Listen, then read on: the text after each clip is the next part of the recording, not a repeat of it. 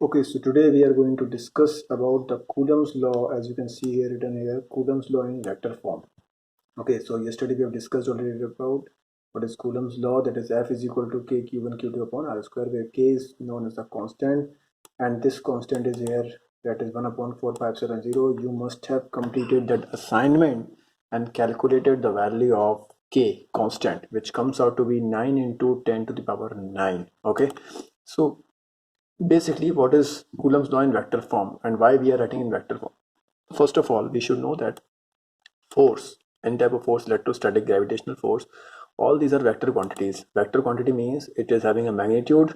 So magnitude can be calculated by this formula, but it is also having the direction. So in vectors, we use to represent a unit vector. As you can see here, unit vector is written there. So unit vector is used for representing the direction of any vector quantity. Okay, now suppose that, as we can see here, there are two charges F1, this is Q1 and this is Q2, your second charge. So the first charge will apply the force on the second charge, and similarly the second charge will apply the force on the first charge. So both will apply same amount of charge according to the Newton's third law, which says that every action has equal and opposite reaction. So if suppose that, for example, first charge is applying the force of 10 Newton on the second one, then 10 Newton will be the same amount of force applied by the second charge on the first one. Okay, so this is the importance.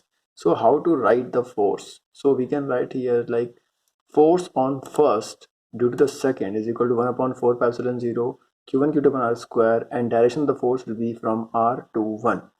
In F21 we can write 1 upon 4 pi epsilon 0 q1 q2 upon r square, same magnitude is same, but now you see direction is changed. Direction is from 1 to 2 and from here direction is from 2 to 1. So these opposite forces.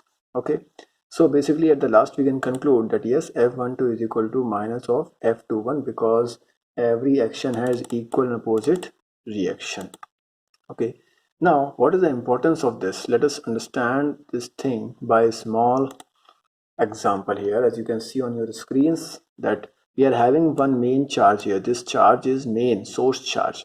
So this charge, let us write this charge as Q1, and we can write this charge as Q2. Now your middle charge we can take as Q. So this is your source charge. So the first charge is applying the force on the second charge. Also the second charge is applying the force on this central charge. But if both are applying like 10 Newton, so this is also applying 10 Newton of force. So where will this charge will move? Towards right side or towards left side? And how do you calculate it?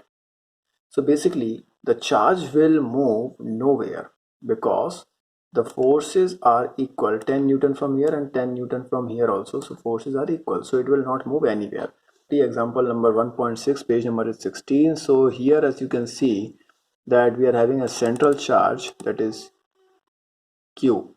Okay, and we are having three charges, that is Q1, Q2 and Q3. So here it is Q1, then here it is Q2, then this is Q3, and all three charges are applying the same amount of force on Q. So by logic we can just analyze one thing, that this charge will not be going anywhere because all the three charges combinedly they are applying equal forces, but you have to prove it numerically, so it's up to you how to solve it. See you in the next part where we will discuss something about electric field. Goodbye.